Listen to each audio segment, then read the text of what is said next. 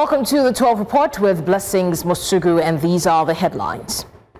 Police make U-turn at meet Christian worshippers were kidnapped in Kaduna as rights group accuses soldiers of blocking access to affected community.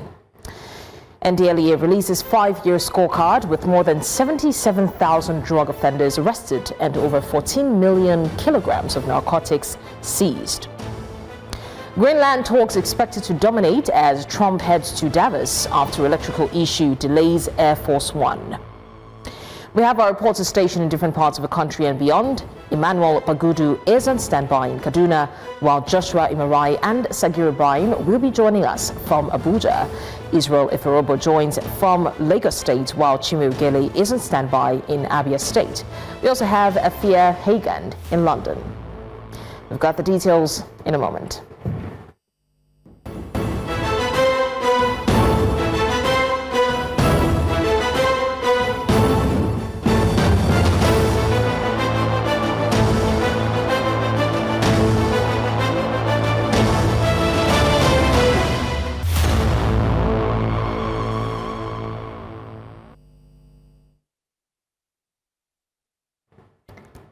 We begin now in Kaduna, where the Nigeria Police Force has now confirmed the mass abduction of over 100 Christian worshippers in Kuruminwali community, Kajuru local government area of Kaduna State, reversing its earlier denial of the incident.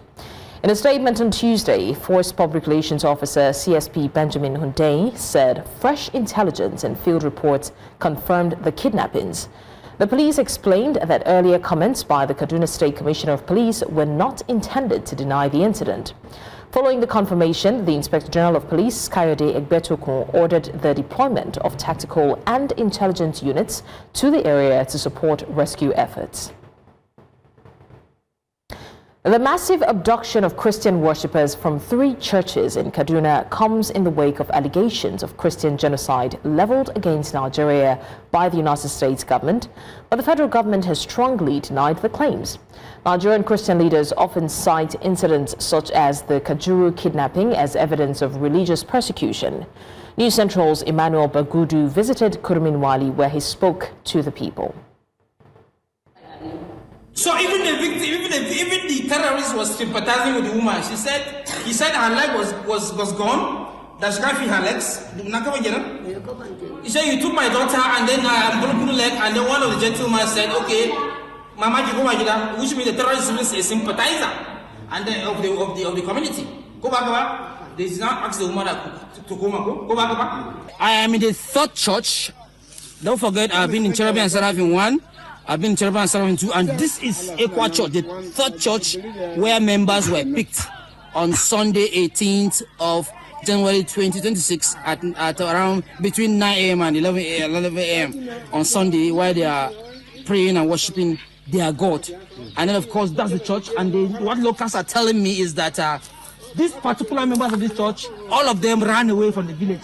They shut down the church. They said they're no more interested in worshiping God, and then they are going. And then I'm going to talk to the community member who has been taking us around. He's going to confirm to us whether this is true or not. Sir, tell us, where are we right now? This news is a reality and it's true. What is this? You see, this church. What is the name of church? Equa Church Kuruminwali. They kidnap about 26 people in this. Of fairness and hardship. They have left the What village. kind of fairness and hardship? Because of the attack. They attacked them on Sunday. Some people, Fulani people, they surrounded the church. They surrounded the church and enter the church, scatter everything, collecting hard set and their money. After that, they carry them go to that place where we show you. From there, they carry them bush. Were they with guns? Yes, sir. They were with heavy weapons. Heavy weapons. Name the weapons. The AK-47. Even more than that, because what the Oga hold, I have never even seen it in my life. Yes, sir. So after there, they carry them inside bush, and that is why you didn't see everybody here. So this church is shut down. Nobody is here. But we were there at Cherubim and Seraphim. The church was open. Cherubim and Seraphim 1 and 2, they all were open. Why is this one locked down? They know they're here. They don't trust. Because of hair and hardship, they run away. Nothing concerns us with politics. Your own safety, right? Our problem is our problem. So the story continues to unveil, and then of course everybody has to understand. We Nigerians have to understand that Christians were kidnapped in 3 churches here, and I'm here and here, and they just confirmed to me that this is what is happening. And here in Kurmiwali, Kajuru local government area, southern part of Kaduna, northwest Nigeria, Emmanuel Bagudu reporting for News Central Television here in Kaduna State, northwest Nigeria. Meanwhile, a U.S. lawmaker has condemned the reported abduction of more than 100 Christian worshippers in Kaduna State, describing the incident as deeply disturbing. Republican Representative Riley Moore said the attack on 3 churches underscores what he called a growing threat to Christian communities in Nigeria. In a social media post, Moore urged Nigerian authorities to step up efforts to protect vulnerable worshippers and ensure the safe and swift release of those abducted. He also called for stronger action against armed groups responsible for repeated attacks on religious communities, emphasizing the need for better security and accountability amid ongoing violence in the region. Meanwhile, rights groups have accused Nigerian soldiers of blocking access to Kurminwali following Sunday's mass abduction of worshippers from at least 3 churches.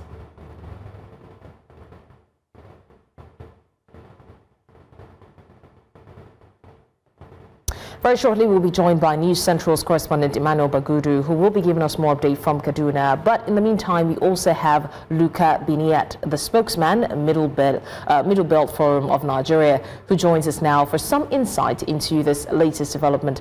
Thank you so much for joining us. Let me just start off by asking, regarding this recent incident, how does the police explain the initial denial of such a large-scale abduction?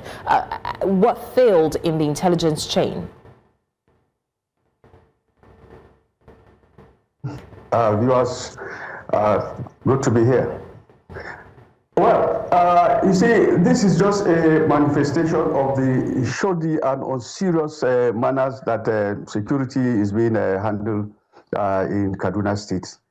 It is baffling that with all the social media, postings and clear evidence that people were kidnapped in that large number, the police commissioner will have the effrontery to come out and give barefaced lies, that such criminality did not take place. But in reality, he was actually misled by the chairman of the local government, Kajuru Local Government Council, who is in the person of Madaki Dauda, who was actually in the community, and he was briefed by even some of the hostages that escaped. But in the typical eye service of Nigerian politicians, he attended a security conference shortly after to assure the Security Council that no such thing took place. So the Commissioner of Police, instead of him to also make his own finding, confidently came out and rebuked those that were, spreading the criminality. So it's quite a big shame. Okay, what exactly changed between the first police statement and this exact confirmation? Is it new evidence, is it pressure, or is it international attention? It doesn't have to be international attention. The evidence from what journalists on ground were able to unearth, the huge public outcry against the sensitive, announcement by the police commissioner, and then the mounting evidence on Facebook, on the social media, had to force them to face reality. So, of course, international pressure was there. In fact, it further, validates the pressure in which the international community was mounting on the Nigerian government. And this is the pattern of wickedness that has been going on in the Middle Belt, because Kajuru, dominated by the Adara ethnic groups, form part of the Middle Belt. As we are Southern Kaduna is part of the Middle Belt. So this kind of criminality has been going on. In fact, 2 weeks ago, exactly 2 weeks ago, 20 people were kidnapped from that village, from the information reaching the Middle Belt from 20. They were in the throes of that, grieving when this other mass kidnapping took place. So in and around, in fact, the Adara land has become more like a favorite hunting ground for these wicked terrorists. So, with over 100 worshippers taken during church services, I want to find out why there was no immediate security presence in a known flashpoint like Kajuru. But in the meantime, we have our correspondent, Emmanuel Bagudu, who is also bringing us live updates from Kaduna to shed more light on this development. Emmanuel Bagudu, if you can hear us, what is the update that you have on ground for us at the moment?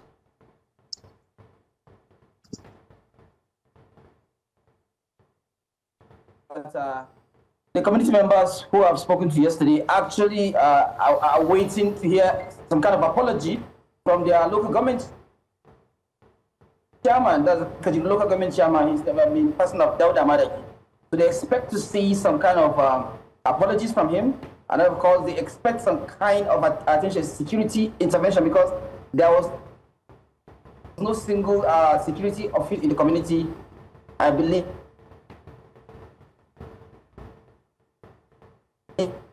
Security operatives left. Okay, we're struggling with the audio from Emmanuel Bagudu, but as soon as we can establish the stable connection, we'll get back to Emmanuel. But in the meantime, let me come back to our guest with us. So we were talking about the fact that there were over 100 worshippers taking during church services, and this is not the first time that we're having such a large number. I remember the students that were abducted, and you will see a large number of people moving, and there will be no immediate security, and that's similar to what happened in a known flashpoint like Kajuru. Why was there no immediate security presence? Okay, you need to understand the size of Kaduna State. Kaduna State is 46,000 square kilometers, and Southern Kaduna on its own is 26,000 square kilometers. That's bigger than Kano State. That's bigger than Abia and Imo combined. So to police that large stretch of land is not an easy task. And you know, our people live in segregated communities. People live on their ancestral lands, and the spacing between community to community is on the average in terms of kilometers.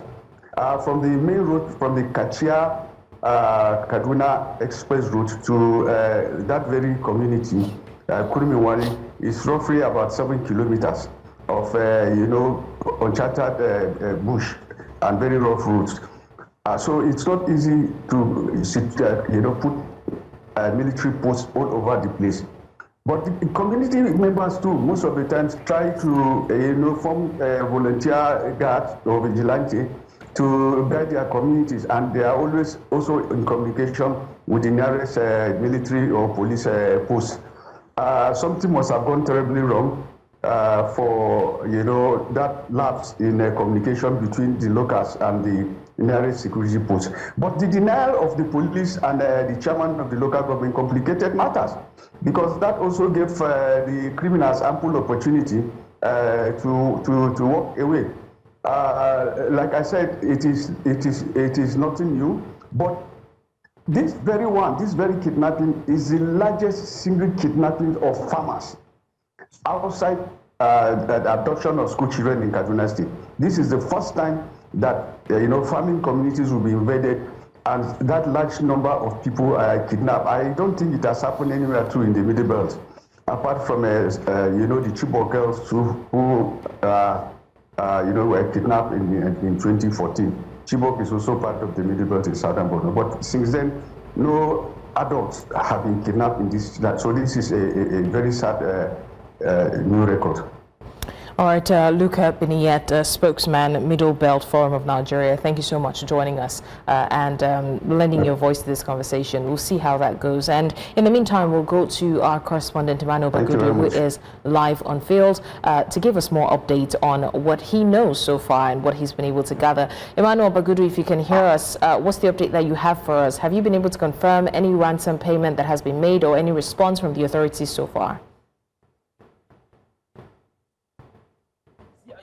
Actually, when you look at the last, what the spokesman of one of the lines of the spokesman of the Middle Belt, Mr. Biniyet, just said, he said that the denial by the refusal by the government authorities to act fast has made the kidnappers to be very, very comfortable in their dealings.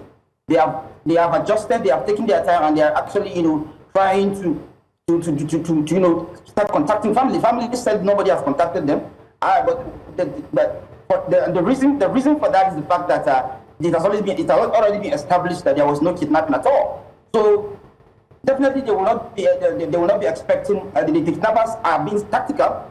They want to just remain mute, and then by the time they confirm that the issue has died down naturally, they will not start contacting family. But for now, there is no any contact. There is no any issue of whether ransom. No family member has been called to come and pay any ransom. For now, and that we expect. I was told that government authorities are expected to be in the community by now, but I've not had any call from that. But if there's an update, I'm going to provide that to you. Thank you.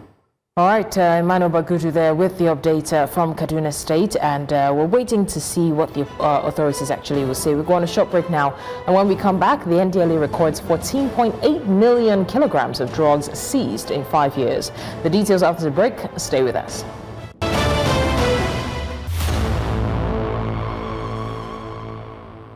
Many thanks for staying with us. The Federal High Court in Abuja has ordered the Independent National Electoral Commission to immediately recognize the Nnamdi Usman-led leadership of the Labour Party.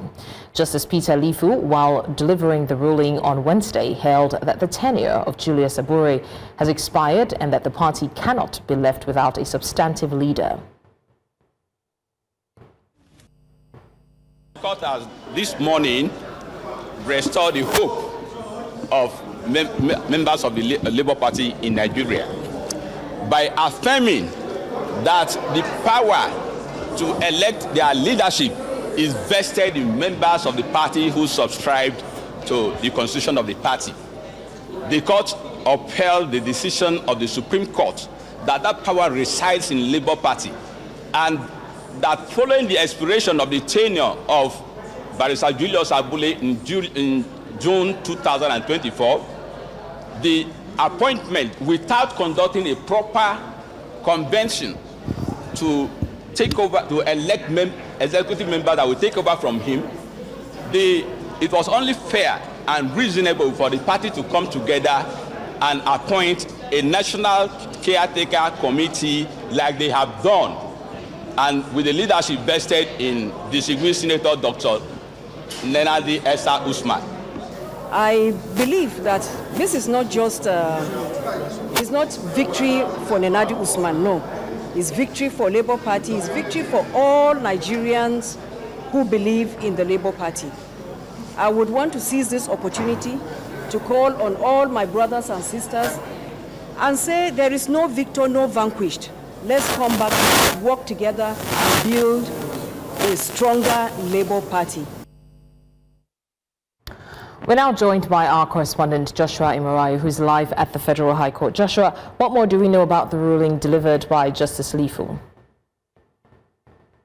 Good afternoon to you, Blessings. The only pillar holding Julius Abure's claim to the national chairman of the Labour Party has just been demolished by the judgment of Justice Peter Lifu of the Federal High Court in Abuja. This morning, Justice Peter Lifu ordered that the Independent National Electoral Commission immediately recognize the Senator Nnamdi Usman-led committee as the authentic committee of the Labour Party, pending when a new national convention is held to elect a new national chairman of the party.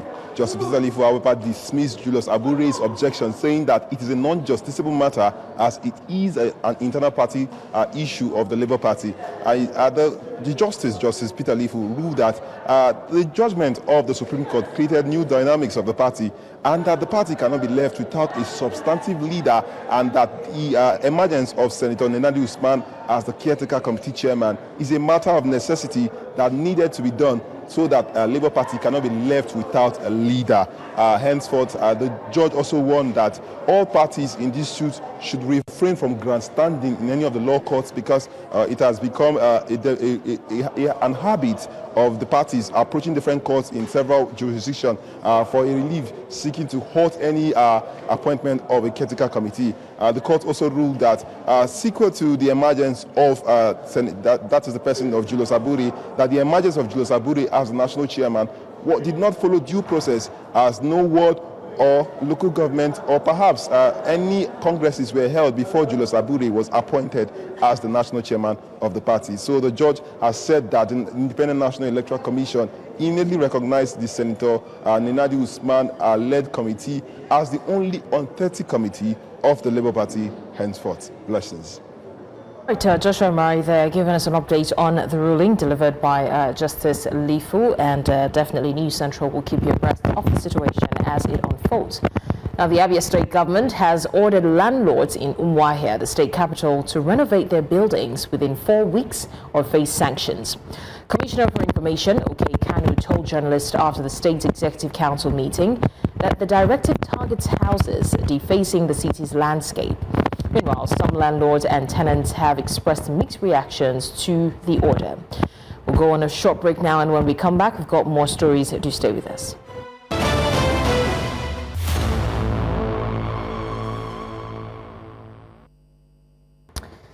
Many thanks for staying with us. Now, the National Drug Law Enforcement Agency, NDLEA, says it has seized over 14.8 million kilograms of illicit drugs and secured 14,225 convictions within the last 5 years.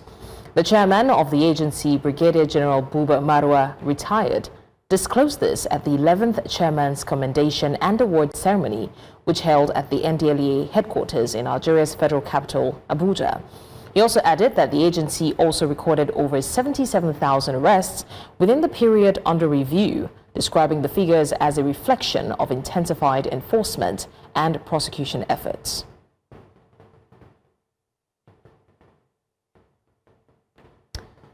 And to stories on urban renewal, the once congested Marwa Bridge, now demolished, has transformed into a major scavenging site. Our correspondent Joshua Imarai visited the scene and reports that many have taken over the remains of the bridge, turning it into a hub for scavengers in search of scrap materials. Take a look. What was formerly the Maraba Bridge has now turned into an open site for scavenging. Most who are interested in what lies beneath the debris now throw caution to the wind, digging through remains in search of iron rods once used to support the bridge. This one they will reach like 1,000, 2,000.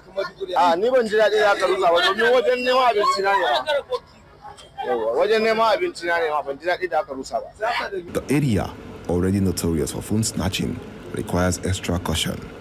Each time excavators dig into the ground and pour debris into waiting trucks, scavengers immediately dive into the ditch, scrambling for scraps of metal. Although security personnel are present, controlling the unyielding crowd has proven difficult. Even nearby infrastructure is not spared. The fence protecting the transformer now serves as support for those climbing in and out of the excavation site.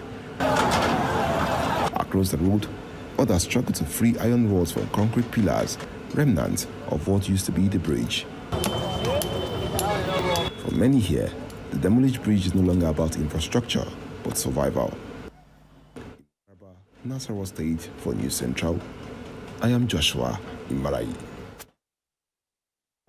Edo State Governor Monday Okpebholo has issued a firm warning to contractors handling government projects across the state, declaring that future contracts will be strictly tied to performance.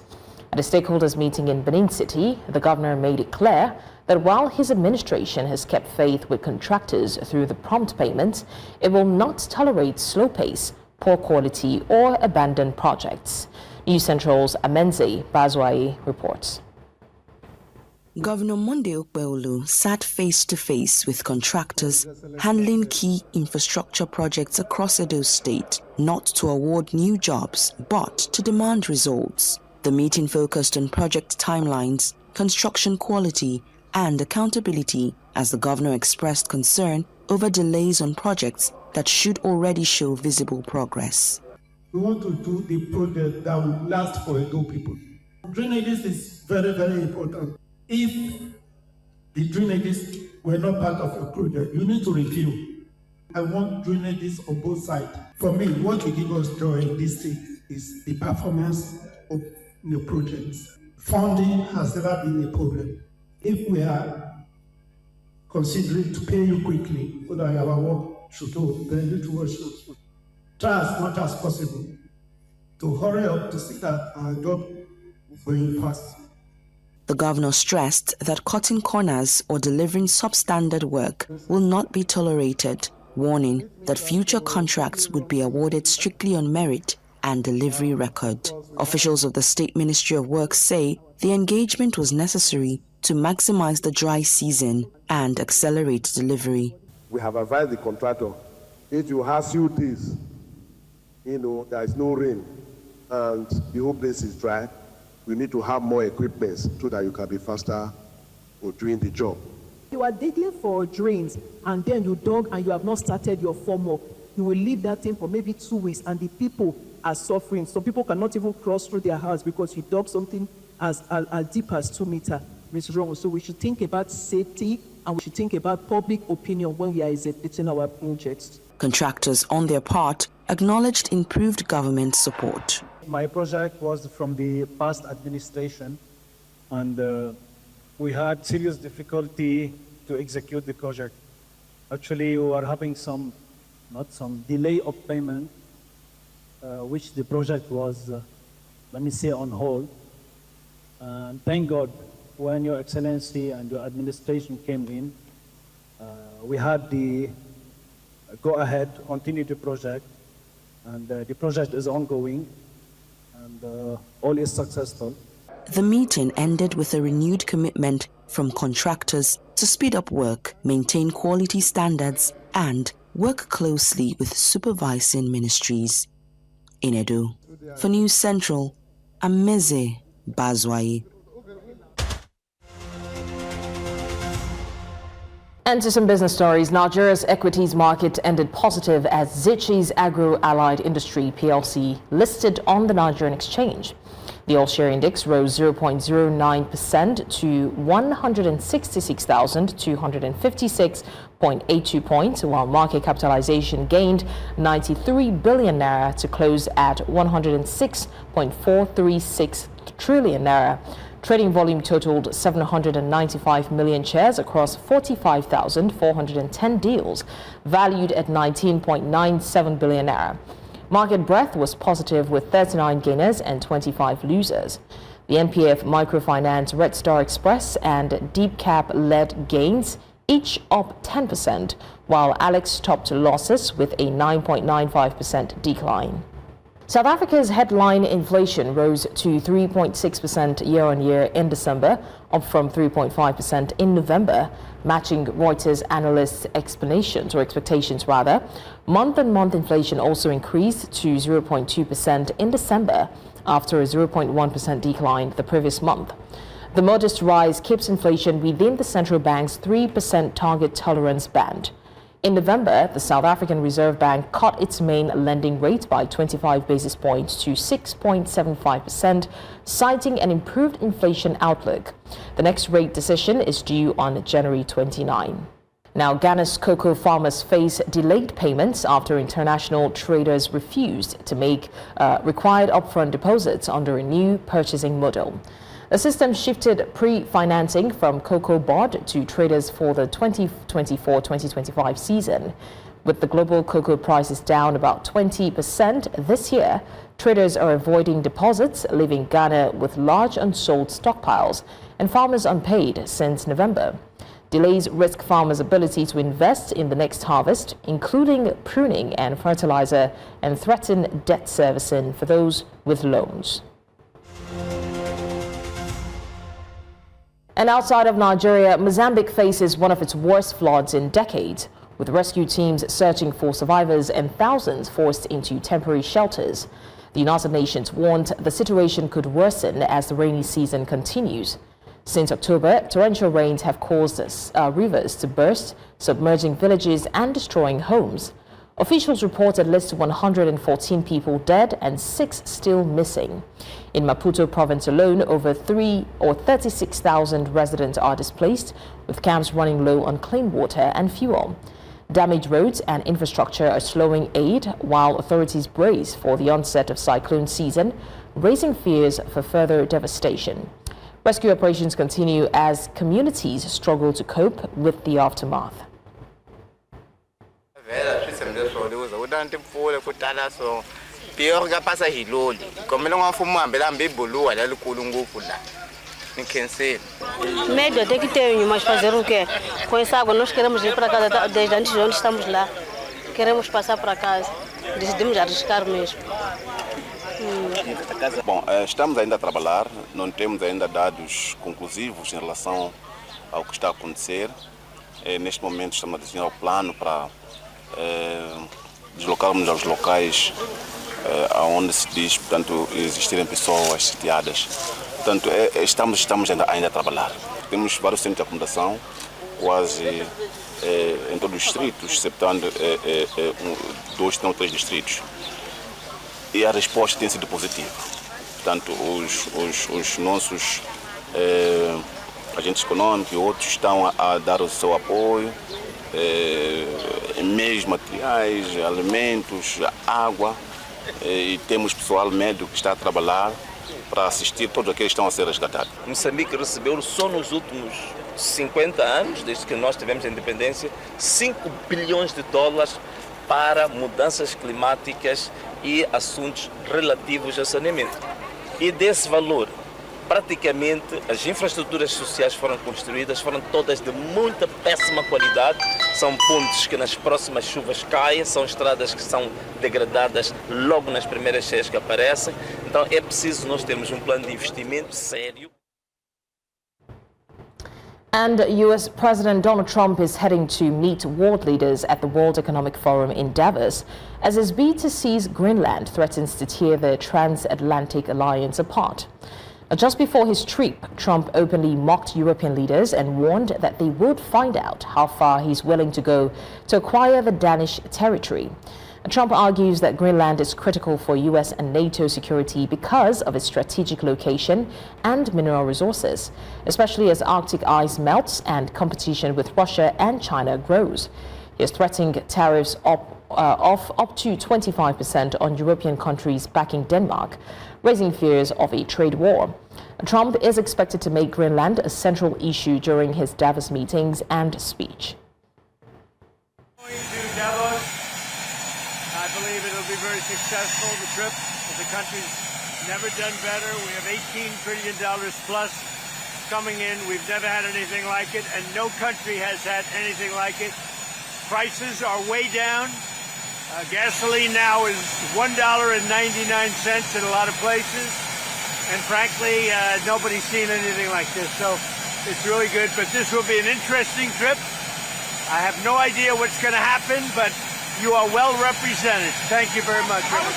News Central's senior international correspondent and anchor Afia Hagen joins us now, along with Faiz Mohammed, a development finance expert in Kigali, Rwanda, for a conversation on this matter. Afia, what stood out to you most in terms of tone and intent in Trump's speech last night, especially for an international audience? Day Trump was giving a speech in the briefing room, and basically that was to commemorate 1 year since his inauguration, and it was all about the bluster, making sure that people know that America is the hottest country in the world. He talked a lot about what was happening in Minnesota, talking about some of the people there that are being picked up by ICE, calling them criminals and the criminally insane. But I think what really stood out for me was the lack of reassurance for a global audience, especially over this issue of Greenland and Trump's insistence that America needs Greenland for national security. He basically went on to say that European leaders will find out how far he's prepared to go to secure that territory. And I think we can expect to hear more of that in his speech in Davos that he's going to give within the next few hours. How significant is Trump's appearance this year, given the current global tensions? Trump's appearance at Davos this year in person. Last year, he gave the address virtually because it was only a few days after the inauguration. This year, he's going to be there in person. I think it's hugely significant, particularly at this time where the geopolitical issues are so many. When he is discussing Greenland and saying that he wants it to be an American territory, whether he has to buy it or take it over militarily, it's very, very significant that Trump is going to be there there in person. And remember, Davos is all about deal making and being around lots of other countries, lots of world leaders and businesses as well. It's going to be hugely important for Trump to be there to sell America on the world stage. He likes to believe that America is the hottest country in the world right now. He wants to maintain that reputation. So yes, it is hugely significant for him to be there with global leaders, with CEOs, when there's so many questions about the future of the international order, so much uncertainty and certainly strained alliances. So do you expect Trump to adjust his tone for a room full of global leaders and CEOs, or is Davos simply another stage for his America First worldview? This is the thing, Blessings, it's so unpredictable when it comes to Trump. I mean, will he be on time is the first question. We don't even know. He's supposed to be on the European time between 2:30 and 3:15 p.m. Will he speak for the whole hour? Will he speak for just 45 minutes? He's so unpredictable. Do we think that he will become more conciliatory? I honestly just don't know. Last night when we saw him in the briefing room, he was very full of bluster, very determined to make us realize that, number one, America is the hottest country in the world, and number two, that he is going to get Greenland by any means necessary. I remember that European leaders have been very firm in their tone and their support for Denmark and Greenland, saying that Trump's plans to take over the island are fundamentally wrong. And so he's going to be in front of them on this stage. I think we can expect the bluster, the firmness, the strong man from him. I think we can expect that to continue. But like I said, he is so unpredictable.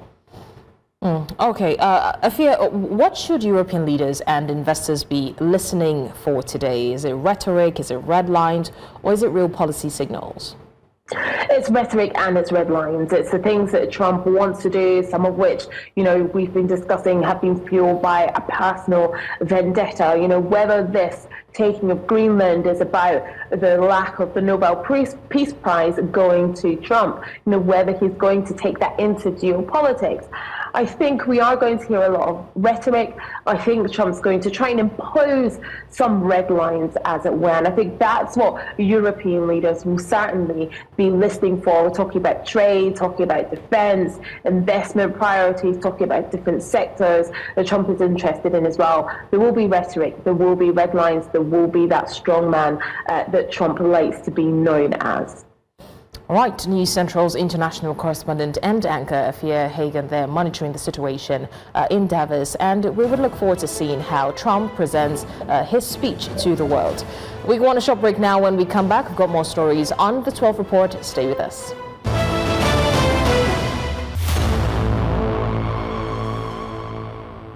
Many thanks for staying with us. Now, a Japanese court has sentenced Tetsuya Yamagami to life imprisonment for the assassination of former Prime Minister Shinzo Abe, ending a trial over one of Japan's most shocking crimes in decades.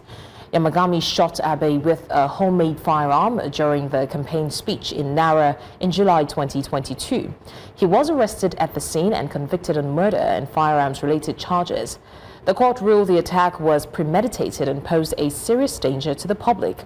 Abe's killing stunned a country where gun violence is rare and sparked renewed scrutiny of political ties to the Unification Church, which the attacker blamed for his family's financial hardship. Also, a South Korean court has sentenced former Prime Minister Han Duck-soo to 23 years in prison for his role in a controversial martial law declaration that briefly suspended civilian rule. The Seoul Central District Court ruled that Han aided former President Yoon Suk-yeol's December 2024 martial law order, describing it as an attempt to undermine the constitutional order. The judge said Han failed in his duty by not opposing the move or stopping cabinet approval, calling the action an act of insurrection. Han, now 76, was ordered to be taken into custody immediately, ending one of South Korea's most serious post-democracy political trials. Now, Israeli forces have sealed off parts of Hebron in the occupied West Bank, imposing a curfew as security operations continue. Armored vehicles were stationed at closed gates in the second half sector of southern Hebron as the Israeli troops conducted searches for weapons and wanted Palestinians, severely restricting movement and commercial activity. Hebron holds a unique status under 1990s agreement that divided the city into two zones, H1 under Palestinian Authority control and H2, which includes the old city and remains under Israeli military authority. Now, most Palestinian residents live in the H2 area, which has repeatedly faced heightened security measures and periodic lockdowns. جوز اختي بيغسل كلى فاهم علي وفي ابن عديل الثاني بيغسل كلى وما فيش سيارات اللي ينقلوهم او الامبولانسات الجيش بعرضهم انهم يخشوا على المنطقه اللي احنا ساكنين فيها وبضطر في السياره البرايفت انقلهم على مستشفى عاليه فبجي على المحسوم هوني بعدوني ساعتين وثلاثه عبين ما يرضى الجندي يعني يدخلني او يطلعني. أنا من أحد القاطنين في هذه المنطقة. نحن نعاني بشكل يعني دائمي من قبل جيش الاحتلال الإسرائيلي وقطعان المستوطنين في ساحات الحرم الإبراهيمي، لكن الآن تم يعني الاستيلاء على ما يقارب كيلومتر من المنطقة الجنوبية ووضع هذه البوابة والآليات. One person has died and several others were injured after a train crashed near Barcelona. Emergency services rushed to the scene, treating the wounded and evacuating them to nearby hospitals. The train collided with the rubble of a collapsed wall, raising fresh concerns over rail safety in Spain following a recent high-speed train collision in Andalusia. Authorities have secured the site and launched an investigation while rail services in the area remain disrupted. Picture this. Imagine a regular day in Lagos with traffic unrelenting like it has a personal vendetta against you. Now, somewhere along that stretch of road, a fuel tanker loses balance and spills its cargo across the asphalt. Within minutes, people gather, poking around in puddles of gasoline as if it were festive jollof. Now, emergency responders arrive, attempt to create a safety buffer. But by then, the scene looks like less of an accident and more like a badly thought out picnic. Now, what happens next? We have a dangerous liquid that can ignite with the slightest provocation, yet it is treated like its gleeful giveaway. You would think that by the 10th time this story repeats itself, someone would add a simple escape clause to the script that says, leave the fuel alone. But no, curiosity mixed with the external hope of free stuff defeats common sense every single time. Now let's pause and take a quick backstory. Very recently, a fuel tanker fell in Lagos, Nigeria. And as always, you would hear that when a fuel tanker falls, there are dangers of it catching fire. I mean, if you do your 1 + 1, it's easy to understand. But for some weird reason, it may be greed, it may be the need for more, it may be a poverty mentality or poverty itself, Nigerians never stop to amaze us with these kind of attitude that sees them trooping in en masse to fetch from the fuel tanker that has fallen. Now, it seems as though danger has become a tourist attraction in Nigeria. People act as if once something valuable spills, the laws of physics are temporarily suspended. And when the inevitable happens, the blame game begins. Fire responders acted too fast, or fire responders acted too slow. Traffic officials didn't cordon off the road quickly enough, or even the tanker itself should never have fallen. But the real question remains unanswered. Why do we keep giving ourselves a role in a tragedy with the same ending every single time? You see, Nigerians, we need a culture where safety is not optional, where risk is judged by facts, not folklore. And until then, accept the same reruns, different actors, and the same painfully avoidable ending. And don't forget, we all can relate to the fact that the economy is not smiling, but that's not to say that you should put your lives at risk, especially for something so basic.